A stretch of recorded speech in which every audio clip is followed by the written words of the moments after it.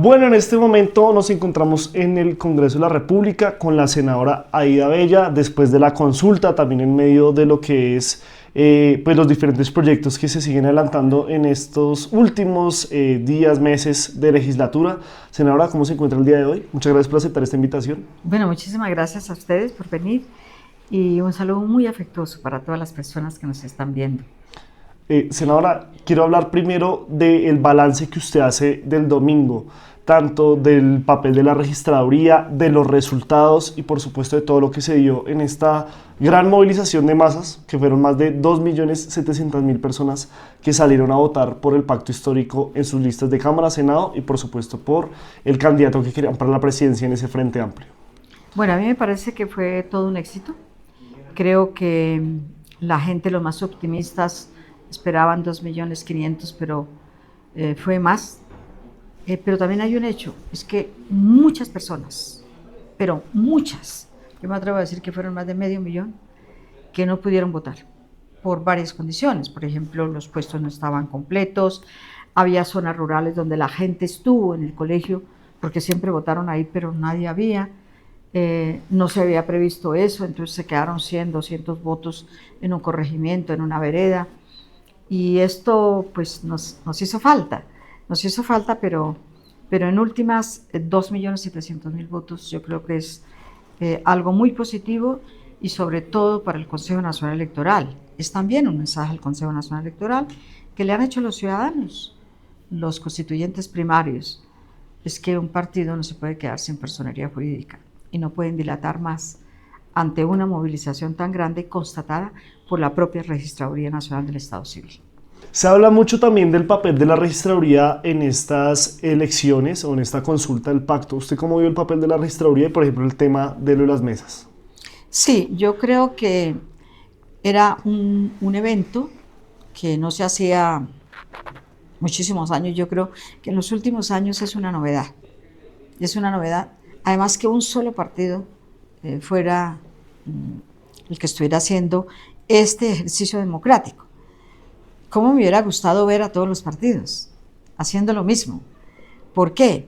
Porque yo sé que, por ejemplo, en el Partido Liberal, la hija del expresidente Gaviria, si no ocupa la cabeza, por lo menos el segundo renglón, ¿a nombre de qué? Cuando hay realmente personas que tienen un trabajo social, etcétera, dentro del Partido Liberal. Y si se van a una elección, pues se verá. Si ella tiene gente que la apoye y todo eso, pues ya, bien. Pero si no la tiene, igualmente hay que respetar esa decisión de los ciudadanos. Y yo creo que hubo falencias, sí, hubo falencias. Que aquí mismo en Bogotá, la gente me llamaba y me decía, aquí en la Universidad Pedagógica, dicen que yo tengo que votar en la mesa 9, pero hay 2. Entonces llamar a la registraduría, ¿qué está pasando? ¿Qué es la mesa 1? Bueno, faltaron muchas cosas, pero también yo creo que se debió un poco al problema del tiempo. Es que en 20 días, un poco más, pero en 20 días dar los últimos retoques es muy complejo. Y a lo último se pudo hacer con muchas falencias, pero de todas maneras yo creo que en próximos eventos se tiene que arreglar todos estos problemas y que ojalá todos los partidos hicieran ese ejercicio democrático. Los que a veces consideran que no fue un éxito, yo los invitaría a que lo hicieran, a ver cómo les parece. Eso ha sido una temática en los medios de comunicación, preguntarle a ellos como, bueno, esta era una apuesta, esto netamente era una apuesta, incluso el mismo presidente que dijo, no, vamos con la consulta sí o sí y demás, y muchos pues no se esperaban ese resultado, y ahora los partidos dicen como hay un capital político de 2.700.000 votos para el pacto histórico y los otros cómo quedaron. ¿Usted cree que van a haber más votos y cree que esos partidos se asustaron con estas cifras del pacto histórico?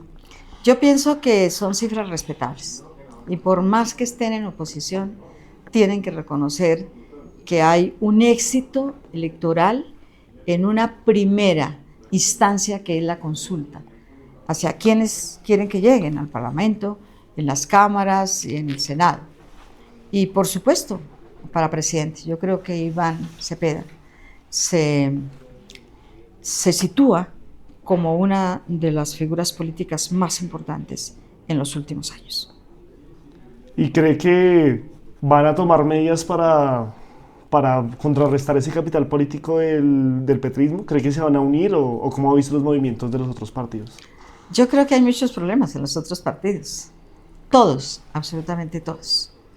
En Cambio Radical no sé qué va a pasar porque parece que el doctor Vargas Lleras no puede venir. Y sin la cabeza de Vargas Lleras, pues no sé. Creo que hay una interrogación grande. ¿Qué va a pasar con Cambio Radical? Los señores y las señoras del Centro Democrático pues también tienen problemas, no sé cómo lo dirimen, no sé si es con la seña del doctor Uribe o no. Ellos tienen sus problemas también para la escogencia de la lista. ¿Qué es lista abierta o cerrada? Pues dicen que él va a ir, entonces si él va en lista cerrada y si no va en lista abierta.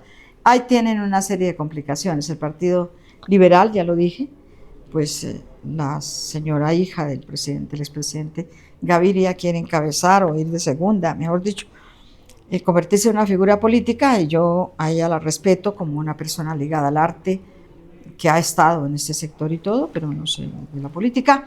El Partido Liberal tendrá que definir eso. El Partido Conservador, ese sí que tiene líos. Y bueno, nosotros pensábamos que ojalá se pudieran medir a una consulta, así como lo hizo el pacto, vota el Partido Conservador, el Partido Liberal, los unos, los otros, y se desenreda la política dentro de todos los partidos, pero no lo hicieron.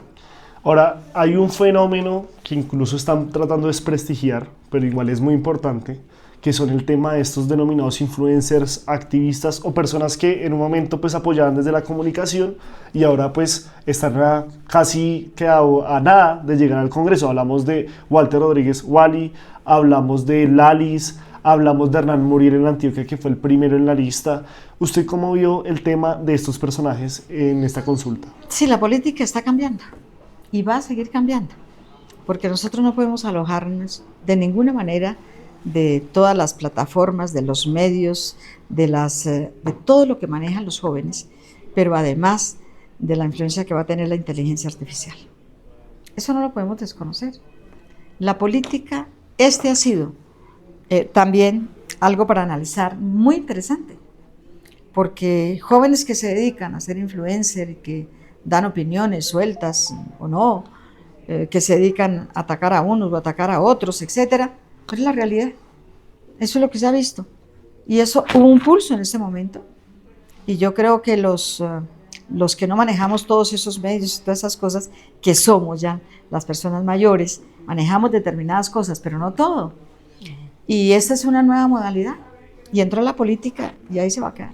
¿Y usted tiene relación con algunos? ¿Ha podido hablar, por ejemplo, con Confraría para el Cambio, con Wally o con Lalis? No, yo soy muy alejada de todas esas cosas por una sencilla razón, por salud mental.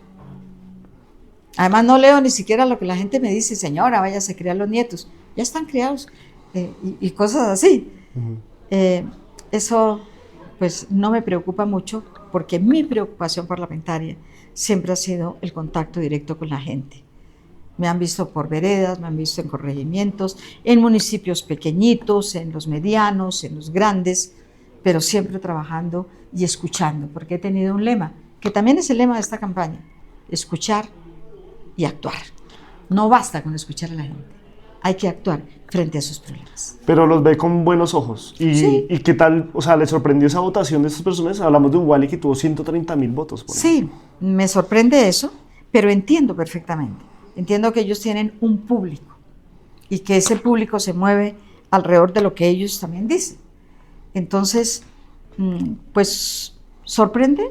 No, yo creo que los jóvenes tienen otra manera de hacer las cosas, y los que no somos jóvenes tenemos que aceptar que el mundo cambia y que hay cosas que se van a presentar y se van a seguir presentando en la política hasta el punto que la pueden cambiar.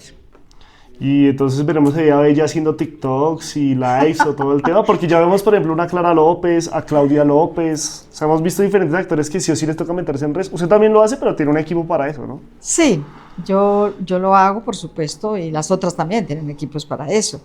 Incluso los jóvenes también cargan los equipos. Yo los he visto por ahí con las cámaras, con los teleobjetivos, con una cantidad de cosas que para nosotros sí pueden ser corrientes, pero no tenemos la dinámica de los jóvenes que se criaron.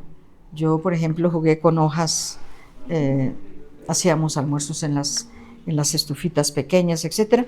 Y ahora veo todos los niños pegados a unos teléfonos que a veces me parece terrible, porque también privan al niño, sobre todo al niño. Los he visto en los consultorios, los he visto de pronto cuando cojo transporte masivo, de pronto cuando estoy en una fiesta familiar o en una fiesta de barrio, todos los niños pegados a los teléfonos, y yo digo, Dios mío, los niños están perdiendo de algo fundamental, que es el contacto con la naturaleza, el contacto con ir a una zona donde hay árboles y poder disfrutar las aves, poder disfrutar Y los con otros animales. niños. Son niños. Y con otros niños, ¿no? Ir al parque y encontrarse con los amiguitos. Demás. Entonces ya no van con los otros niños, sino van es con el teléfono. Ay, a mí me parece eso terrible, porque perdemos también el sentido de la socialización. Aquí hay otro fenómeno también respecto a esos personajes que tuvieron una gran cantidad de votos. Por ejemplo, hay unos esperados como María Fernanda Carrascal, que pues igual fue sorprendente y demás. Su misma votación pues obviamente pues, ya lleva una vía parlamentaria. Pero por ejemplo, un senador que repetiría y que hoy es el segundo, es el señor Pedro Flores, quien pues ya fue senador y que muchos dicen no, es ficha del clan Torres y de todo este empresariado en Barranquilla que llegó a la campaña desde 2022, incluso con Armando Benetti. ¿Usted cómo ve el tema de Pedro Flores, que ya por ejemplo está incluso con Daniel Quintero y tiene ya algunos congresistas que están en estas listas del pacto? Sí, yo creo que son tendencias que se dan también. Esas altas votaciones pues me parecen muy raras. Mi votación es de trabajo y es de contacto directo con los ciudadanos, otras maneras de hacer política, porque aquí hay muchas formas de hacerla. Hay unos que nunca van a las regiones, nadie los conoce y aparecen con votos. Eso me parece muy extraño, porque cuando la gente lo siente a uno en su corregimiento, dicen, ay, por aquí nunca había venido un senador, menos una senadora, y no es una senadora que es del Caribe, o no es una senadora que es del sur, es una senadora de Boyacá, y se interesa por el puente, se interesa por el río, se interesa por el páramo, se interesa por tantas cosas en este país tan diverso, tan especial, tan bello, pero no solamente su belleza, sino su riqueza. Y uno en medio de esa riqueza, por ejemplo, cuando fui al área esmeraldífera, frente a las minas de esmeraldas, la inmensa pobreza, la gente no tiene ni en qué vivir ni nada, entonces uno puede perfectamente deducir que hay unos privilegiados y hay otros que no tienen, y esos que no tienen son los que necesitan. Y a veces pues ir a un corregimiento de unas 500 personas, pues todos hacen cálculos de votos. Jamás he hecho un cálculo de votos. Yo creo que hay unas necesidades que la gente verá si se ayudó, si se colaboró. Gente que llega a los restaurantes donde uno entra, que son restaurantes, yo nunca entro a los restaurantes de los 60.000, 100.000 pesos. Yo creo que soy la más popular, además en los restaurantes cercanos al ¿Usted le atribuiría, digamos, por ejemplo, la votación de Pedro Flores a una clase de clientelismo? Sí, yo creo que son viejas costumbres de la política, que yo no las practicaría nunca, pero que otro la practica. No sé qué hizo él para tener tanta votación, porque yo sí les puedo decir por qué consigo los votos, porque trabajo, porque estoy con la gente, porque hago cosas en el Congreso, porque nunca falto a las sesiones del Congreso, porque también cuando hay necesidad de discutir, discuto, cuando hay necesidad también de aportar, pues uno aporta, en base a lo que ha visto en todo este país. Otros harán otras cuestiones, y por eso yo digo, pues, una persona con tantos votos, yo respeto, por ejemplo, la votación de Wilson Arias, una persona que trabaja, que se dedicó al problema del SENA, que es ex-SENA, que la gente lo vio actuar, sindicalista, de corazón, todo el tiempo. Yo también fui sindicalista hace muchos años, antes de que me desterraran, pero también tengo otra experiencia, es esa de estar en la política, sacarme con un rocket, porque luchaba contra la corrupción, que sigo haciendo también esa lucha contra la corrupción. Entonces, la gente verá, y la política está cambiando. La política, va a haber un momento en que la gente que está acostumbrada en los partidos, yo sé que hay partidos que, por ejemplo, piden es cuánto tienen en la bolsa. Entonces, ayer mismo me decía un parlamentario por ahí del Partido Liberal y otro de la U, me decían, respetable lo que ustedes hacen, porque en últimas, pues en los otros partidos lo que piden es qué bolsa tienen para participar. Si llega uno y dice, tiene 200 millones, no, este pobre no tiene con qué. Pero si llega uno de 2.000 millones, dice, este poco más o menos. Pero si llega uno de 5.000, este sí venga a pagar. Entonces yo creo que eso va a cambiar en la política. La política colombiana definitivamente está llegando a los sectores donde nunca se llegó gracias a que tenemos un pedagogo político que se llama Gustavo Petro Urrego. ¿Y usted cree que puede hacerles algún daño, por ejemplo, esta elección del señor Pedro Flores o la llegada de Euclides Torres o el clan Torres al pacto histórico nuevamente en estas elecciones de 2026? Bueno, Pedro a lo último fue un parlamentario que contribuye en alguna parte a las cuestiones del pacto. Me sorprende si hizo gran votación, no sé cómo la sacó. Ok. Ahora hablamos ayer con el señor Gustavo Bolívar, que aquí hay un chicharrón en el pacto histórico, pero un chicharrón que, si usted lo puede ver, es un chicharrón agradable, porque pues es de poder, y es el tema del quién va a encabezar la lista al Senado, si es María José Pizarro, como estaba el acuerdo previo, o si es Carolina Corcho, que tuvo una votación de casi 700.000 votos. ¿Qué nos puede contar de lo que se ha hablado al interior del pacto y cómo se va a tomar esta determinación? Bueno, yo creo que se está analizando simplemente en este momento. Las dos son muy buenas compañeras, buenas mujeres. María José tiene una experiencia parlamentaria, pues no amplia, porque tiene dos periodos Cámara y uno Senado. Y yo creo que a lo último va a tener que decidirse de alguna manera, porque también hay otros cargos, hay gobernaciones, hay alcaldías, y todas las elecciones son distintas. Es decir, uno no puede transportar los votos para elección presidencial a una elección de Congreso. Es completamente distinta. Entonces, el traslado automático tampoco puede ser, ¿no? Y ahí veremos. De todas maneras, las dos van a ser figuras siempre en la política nacional. Las dos. Las dos tienen especificidades. Carolina es una médica, es una psiquiatra, es una mujer que conoce parte del país, y María José también. Eso se va a dirimir, yo creo que en los mejores términos. Y para Ida Bella, ¿quién debería ser la cabeza de la lista? Bueno, yo creo que yo no puedo definir por mí misma, yo pertenezco a un partido. La Unión Patriótica, vamos a tener una reunión muy pronto para definir cuál va a ser nuestra posición como Unión Patriótica. Soy una mujer disciplinada en la política y entonces mi partido pesa ahí. Ok, porque por ejemplo, Alejandro Toro nos decía, el representante de la Cámara nos decía que Corcho con esa votación merecía esto. Heráclito Landines, otro representante de la Cámara, también del pacto, nos decía, pero ya había un acuerdo previo con María José Pizarro. ¿Usted piensa que ese acuerdo sí existió? Porque muchos dicen que están interpretando lo que estaba en los estatutos del pacto. Es eso, son los estatutos. Los estatutos son claros. Quien encabeza la lista al Senado puede ser o el segundo en la cuestión presidencial o la vocería política, que somos los representantes de todos los partidos, escogen entre ellos quién encabeza. Esas dos posibilidades se pueden dar. Pero como he dicho, las votaciones no se trasladan automáticamente. Okay. Uno puede participar en una elección para presidente, me pasó, presenté con Clara López en el 2014, ella era la candidata a la presidencia, yo a la vicepresidencia, y sacamos casi 2 millones de votos. Pero eso es en una elección presidencial. Pero en una elección al Senado o a la Cámara de Representantes es completamente distinto. Como una elección también a la gobernación, o una elección a una alcaldía.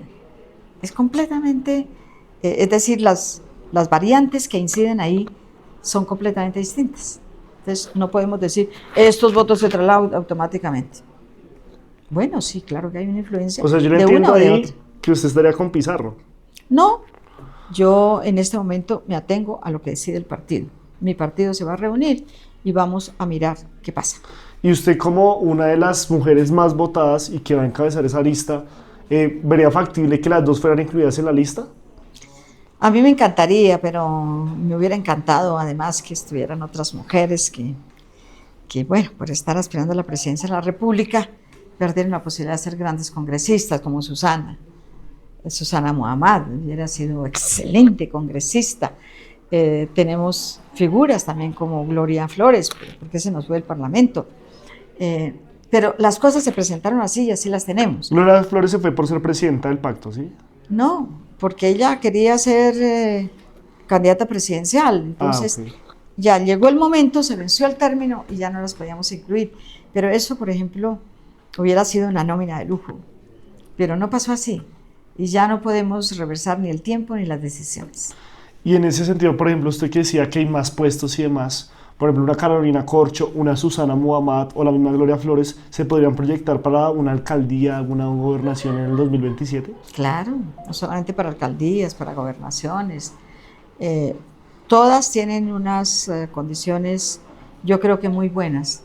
El equipo del Congreso, de la cual hacían parte ellos, en este periodo, fue un equipo bueno, con falencias como todos los equipos. A veces nos tocaba trabajo para que fueran porque estaban atendiendo otras reuniones, estaban atendiendo un barrio, estaban atendiendo una delegación que llega de tal departamento. El trabajo en el Congreso es un trabajo, los que lo hacemos, un trabajo muy duro, muy arduo, muy complejo y también muy sacrificado. Por ejemplo, yo admiro a las mujeres que tienen hijos.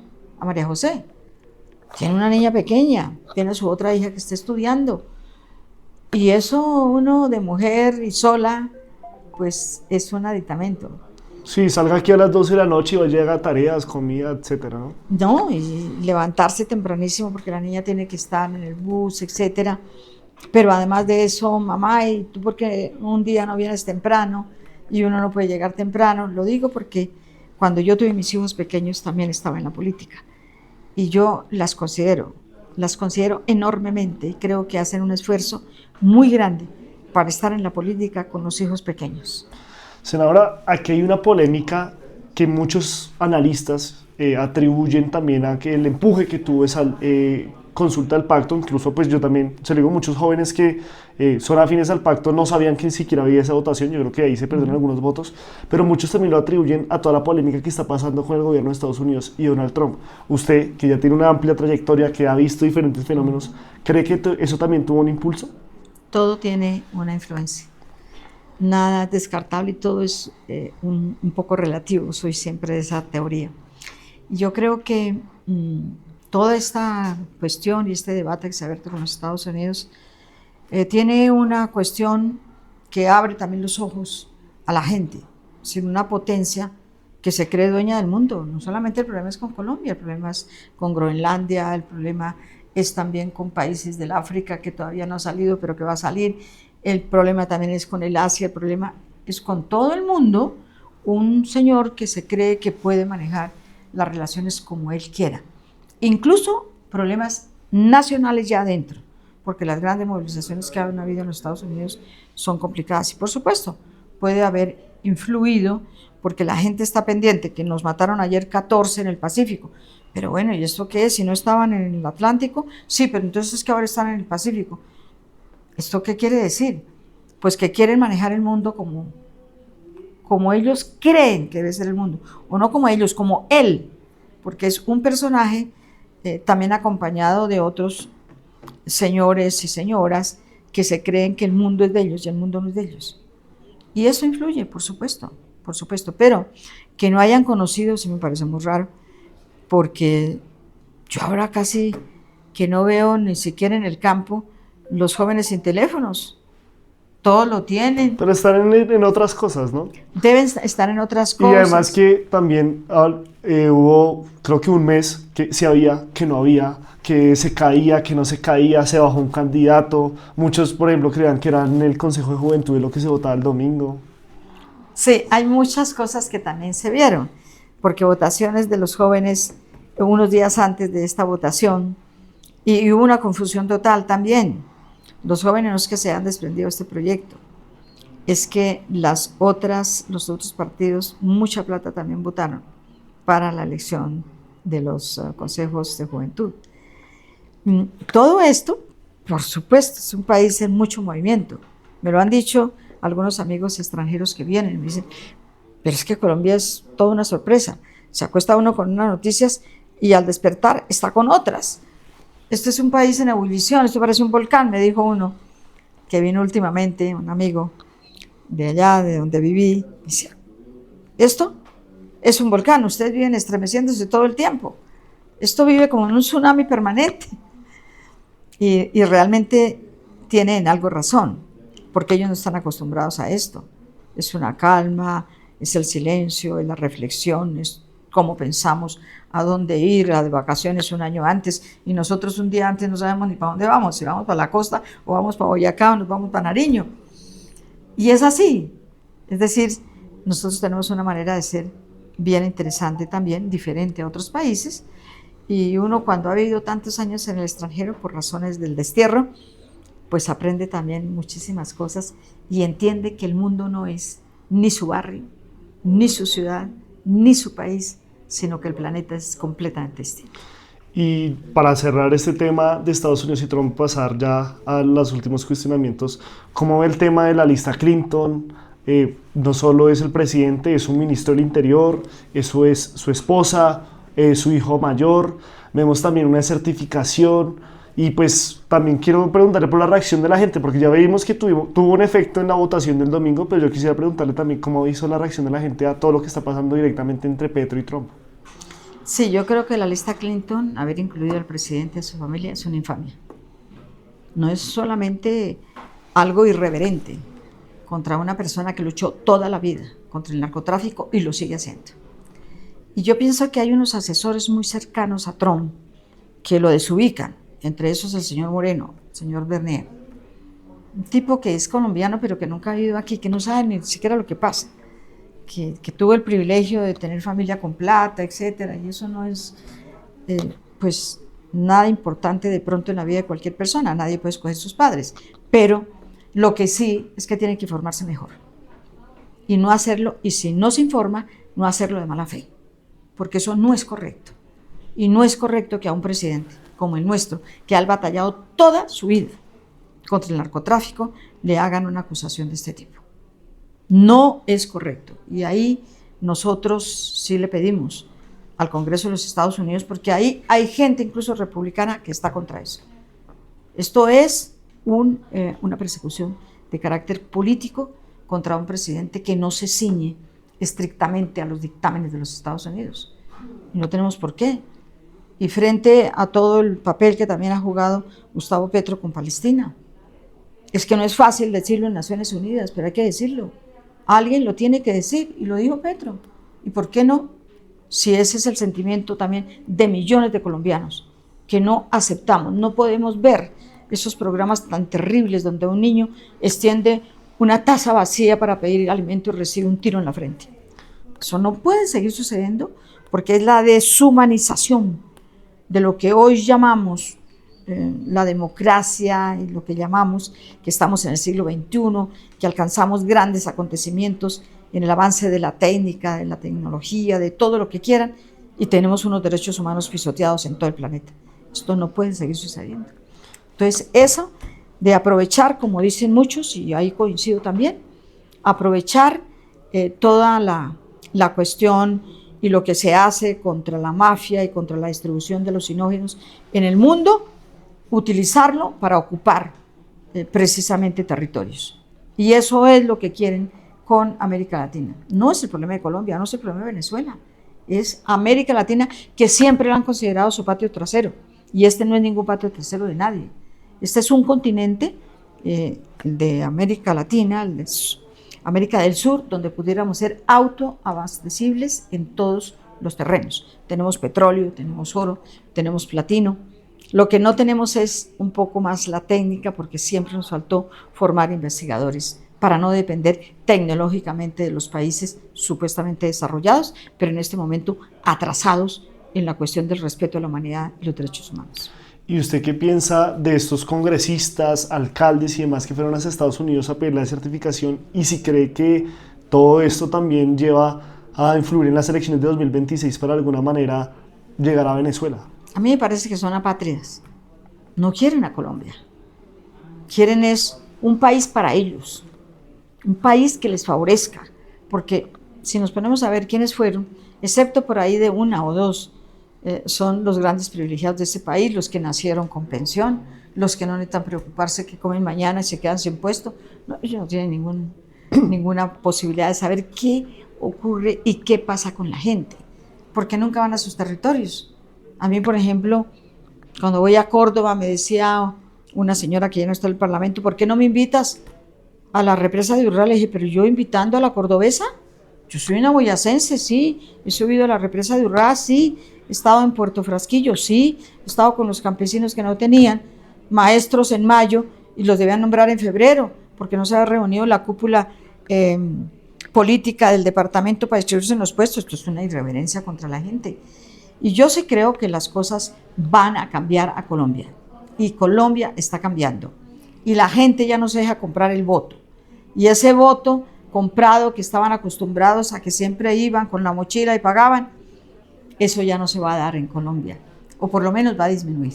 ¿Y Trump estará con miras a las elecciones de 2026 por el tema de Venezuela? Claro, está interesado en todo el continente. ¿Qué está haciendo con Argentina? Venga, Milei, venga rápido que le doy un poquito de plata para que no se descarrile el tren. Y le dio plata. Y claro, ganó entonces las elecciones porque la economía que se estaba torcida, ya la enderezó un poquito con la plata de los Estados Unidos. Entonces él quiere mandar en el mundo. Entonces le da plata a sus amigos, ¿no? Y castiga a quienes piensan diferente a él. Y los castiga con toda la cosa del narcotráfico. De milagro Gaza se salvó porque como no tiene ni qué comer, no los puede acusar de narcotraficantes, pero los acusa de otras cosas, de terroristas. Y uno, cuando escucha ese término de que Petro es un matón, y antier o ayer vimos que mataron 14 colombianos en una lancha en el Pacífico, uno dice, ¿y quién es el matón? ¿Y la derecha le estaría haciendo el juego a Trump? Claro, están felices, dichosos. O sea, Trump van a los Estados Unidos, vienen, vuelven, hacen intrigas y hacen miles de cosas, o sea, eso que yo las considero apátridas. Eso nos estaríamos jugando en el 2026. Nos estaríamos jugando muchas cosas en el 2026. Nos quedan un poquito de meses, noviembre y diciembre, 2 meses de este año, y 6 meses del año entrante, 8 meses, y tenemos elecciones en marzo, y tenemos elecciones en mayo, y vamos a cambiar de presidente. Y yo creo que hay un candidato ya muy fuerte, que se llama Iván Cepeda Castro, un hombre completamente distinto, un hombre apacible, tranquilo, políglota, no va a necesitar traductores para hablar con los presidentes, es un hombre que a lo último estudia mucho, preocupado por este país, víctima de todas las cosas que han sucedido en Colombia, y yo creo que si Iván Cepeda es el presidente, este país va a cambiar mucho más. Ahora, ya que usted mencionó al candidato Iván Cepeda, estamos hablando de que con 2.700.000 votos de la consulta, que todos, digamos, se podrían indexar en Iván Cepeda, pues no es un número grande, pero no es suficiente. Ahí es donde entra clave todo el tema del Frente Amplio. ¿Usted qué piensa del Frente Amplio? Por ejemplo, que esté Daniel Quintero, que esté Roy Barreras, que se piense en Camilo Romero, en Cristo, en Liscano. ¿Cómo ve el tema del Frente Amplio? Me parece buenísimo. Y esa puede ser también una cuestión que vamos a ver con otros partidos políticos, con gente que tiene algunas cosas similares, otras cosas diferentes, y es que la política se hace así, se hace también con los diferentes. Bueno, y yo creo que si vamos todos a una consulta, será una consulta extraordinaria. ¿Por qué? Porque vamos a ver a todos disputándose, a gente que yo considero que no son exactamente de los partidos tradicionales que pasaron por ahí, pero que sus divergencias también con los partidos tradicionales los hicieron venir a otro lado. El caso de Roy, el caso de Liscano, el caso de Cristo, pues muchos de extracción liberal, y de todas maneras no estuvieron contentos con sus partidos. Es que esos partidos en la práctica desaparecieron. ¿Por qué se creó Cambio Radical? Porque ahí se une la banderita roja con la banderita azul, y cuando yo estaba más joven había 2 banderas. La bandera de los negocios, que esa sí impera sobre todos esos. Pero además, habían unos con una bandera roja y una con azul. Me acuerdo cuando fui concejal y competía con ellos, y pensaban lo mismo. Solamente lo que los diferenciaba era el color de la bandera.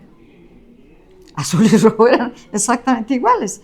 Y esa fue la gran decepción también de la gente, el Frente Nacional, que sirvió para que creyeran que ellos solamente existían cuando existían otras opiniones. Y esas opiniones nos tocaba hasta para ser empleado público decir si éramos L o C, si éramos liberales o conservadores. Entonces uno escogía cualquier cosa, L o C, pues eso es lo mismo. Y entonces esa gran congestión que se hizo con el Frente Nacional, a la gente sentirse aprisionada. Bueno, tenemos que pensar como ellos, ser como ellos. Los candidatos nos los ponían exactamente los mismos. Y ahora la cuestión es distinta. Primero porque ha cambiado todo, así como hablábamos al principio, la tecnología, todo ha cambiado. Uno antes, para saber qué estaba pasando en Urabá cuando el gran genocidio, pues era por teléfono, los compañeros les tocaba ir a otro pueblo para llamar porque los teléfonos de ese pueblo estaban interceptados. Entonces era una cosa durísima. Pero ahora sucede algo en Urabá, inmediatamente al segundo lo sabemos aquí. Ahora, una de las críticas que le han hecho los votantes, como usted dice, el capital primario, también ese Frente Amplio, es que se le pueda vender el alma al diablo, como pasó o algunos infiltrados en este gobierno. Muchos hablan de Armando Benedetti, muchos hablan de Laura Sarabia, muchos hablan del mismo Liscano y demás. ¿Usted cómo ve ese tema de esos traidores del cambio o venderle el alma al diablo? ¿Cómo filtrarnos de que eso no vuelva a suceder o toca sí o sí con ellos? En política eso es muy difícil. Trazar aquí una línea y decir, de aquí no pasa no sé qué y aquí no pasa. Porque eso lo va dando la dinámica política. Es como el presupuesto nacional, ¿no? Que dice, este es el presupuesto que se va a ejecutar. Es el presupuesto. Entonces, por eso se llama pre y luego viene el resto. Porque nadie sabe qué va a pasar. Todas las cuestiones políticas nacionales e internacionales influyen. ¿Qué va a pasar en enero, en noviembre, diciembre, enero, febrero? Pueden pasar muchísimas cosas. Pero yo sí creo que en un movimiento amplio y grande tiene que haber personas que piensen distinto. Tiene que haberlas, necesariamente. Gusten o no nos gusten, el país es ese. Y con ese país se trabaja. Y claro, puede haber una tendencia, digamos, de izquierda o puede haber una tendencia de centro, porque los partidos, todos sin excepción, tienen tendencias. Todos. Usted habla con el Partido Conservador, a mí no me gusta que haga eso fulano, no creo que el Partido Conservador se debe meter en esto, etc. Igual los liberales, igual el centro democrático, igual los de Cambio Radical y los que no tienen partido también. Eso es normal en una sociedad, normal también dentro de un partido. Y no podemos decir, estos son los buenos, estos son los malos, estos son los regulares. Sí, como en el mundo y como en una casa, como en una familia, hay unos aplicadísimos, otros son bohemios, el otro es borracho, el otro es drogadicto, pero son de la misma familia. Y entonces yo sí creo que en un país con tantos candidatos presidenciales, llevamos en 107, considero que esto es un error y hay que hacer una reforma política lo más urgente que se pueda. ¿Y usted cree que llegue al que llegue ese Frente Amplio, el gran ganador sería Iván Cepeda? Pues no es que le den la mayoría, sino que los partidos siguen existiendo. No, yo digo, ¿quién ganaría esa consulta? Pues vamos a mirar, nos vamos a medir. Pues Roy quiere ser candidato presidencial, entiendo que el doctor Cristo también, entiendo que Romero también. Y bueno, vamos a medirnos todos en la consulta. Y el que gane, pues nos vamos detrás. ¿Qué hacemos? Es que esa es la vida y esa es la política. Y esa es la trascendencia que tiene pensar distinto, pensar diferente.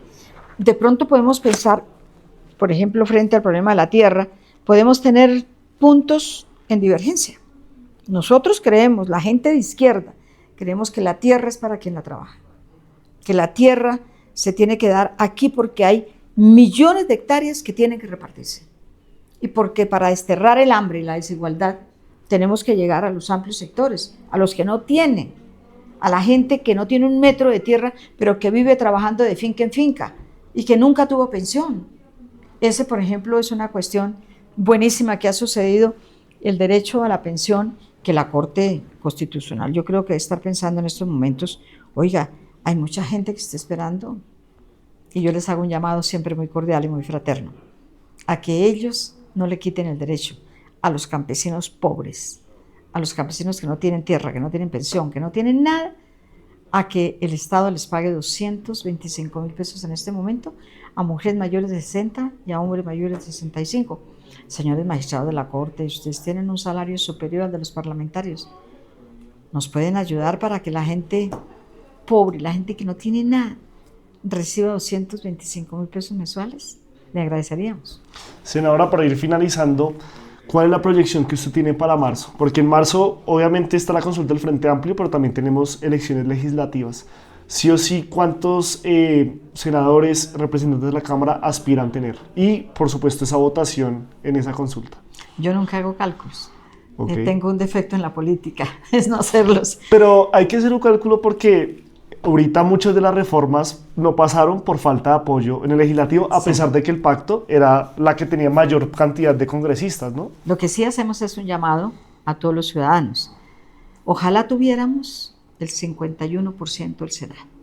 Con eso no nos tocaría hacer unas alianzas que a veces no son alianzas que le gustan a la gente, que critican y todo eso.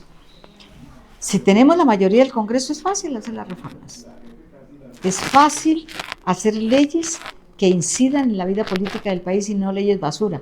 Estamos acostumbrados aquí a aprobar en una noche 37 leyes, 21 leyes. ¿Esto qué es?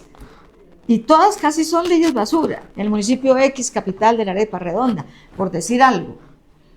Eso no incide en nada, pero si nos dedicáramos, por ejemplo, en el Congreso, a estudiar fuertemente una reforma de la salud, escuchar a los médicos, a unos, a los otros, que los hemos escuchado, por supuesto, en todo este trayecto, pero que algunos se creen, sobre todo los de la Comisión Séptima del Senado, que se cree que son dueños de los votos y de las opiniones de 108 parlamentarios que en este momento somos en el Senado, y de 160 y pico que son en la Cámara. No, señores de la Comisión Séptima, acuérdense lo que pasó con la reforma laboral. La devolvimos, se volvió a analizar y llegó a la Comisión Cuarta, de la cual hicimos parte, y la pudimos sacar. Acuérdense de eso. Y acuérdense que la gente también entiende que la gente, sobre todo los vulnerables, tienen un pequeño radio, una pequeña televisión, si es que da para eso, y todo el mundo está pendiente de lo que ocurre en el país. Y vuelvo a repetirles, tenemos un pedagogo en política que es Gustavo Petro. 51% del Senado, dice usted. Yo me imagino que es lo mismo en Cámara, porque hablamos también de unos movimientos muy interesantes de los otros lados, ¿no? O sea, un Álvaro Uribe, número 25 en la lista cerrada del Centro Democrático, buscando hacer una alianza con Cambio Radical. Usted mismo habló de María Paz Gaviria, que quiere encabezar la lista de los liberales, aunque hay un sector liberal con ustedes. O sea, tener mayoría es necesidad para el 2026. Por supuesto, que es una prioridad.